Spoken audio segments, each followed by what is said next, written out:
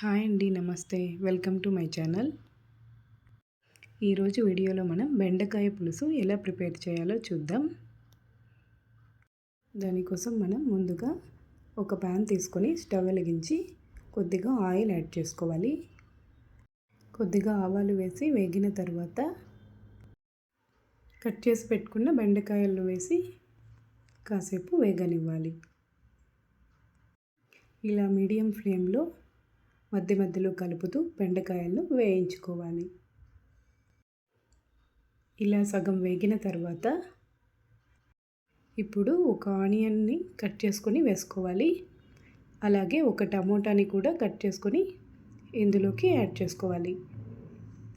ఇప్పుడు మరొక 2-3 నిమిషాల పాటు బాగా వేయించుకోవాలి. ఇలా మూత పెట్టుకొని మధ్య మధ్యలో కలుపుతూ వేయించుకున్న తర్వాత కరివేపాకు కూడా యాడ్ చేసుకోవాలి. మరొక 2 నిమిషాల పాటు వేయించి ఇందులో కొద్దిగా పసుపు, ధనియాల పొడి, అలాగే కారపొడిని కూడా యాడ్ చేసుకొని ఒకసారి కలుపుకోవాలి. ఇప్పుడు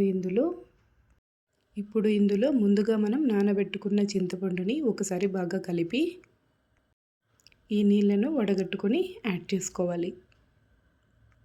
ఇప్పుడు ఇందులో కొద్దిగా సాల్ట్ యాడ్ చేసుకొని 5-10 నిమిషాల పాటు మీడియం ఫ్లేమ్లో ఉడికించుకోవాలి. అంతే అండి, చక్కగా బెండకాయ పులుసు రెడీ అయిపోయింది. ఇప్పుడు స్టవ్ ఆఫ్ చేసుకొని ఒక బౌల్లోకి ట్రాన్స్ఫర్ చేసుకోవాలి. వీడియో నచ్చితే లైక్ చేయండి. మరిన్ని వీడియోస్ కోసం మన ఛానల్ని సబ్స్క్రైబ్ చేసుకోండి. Thank you for watching.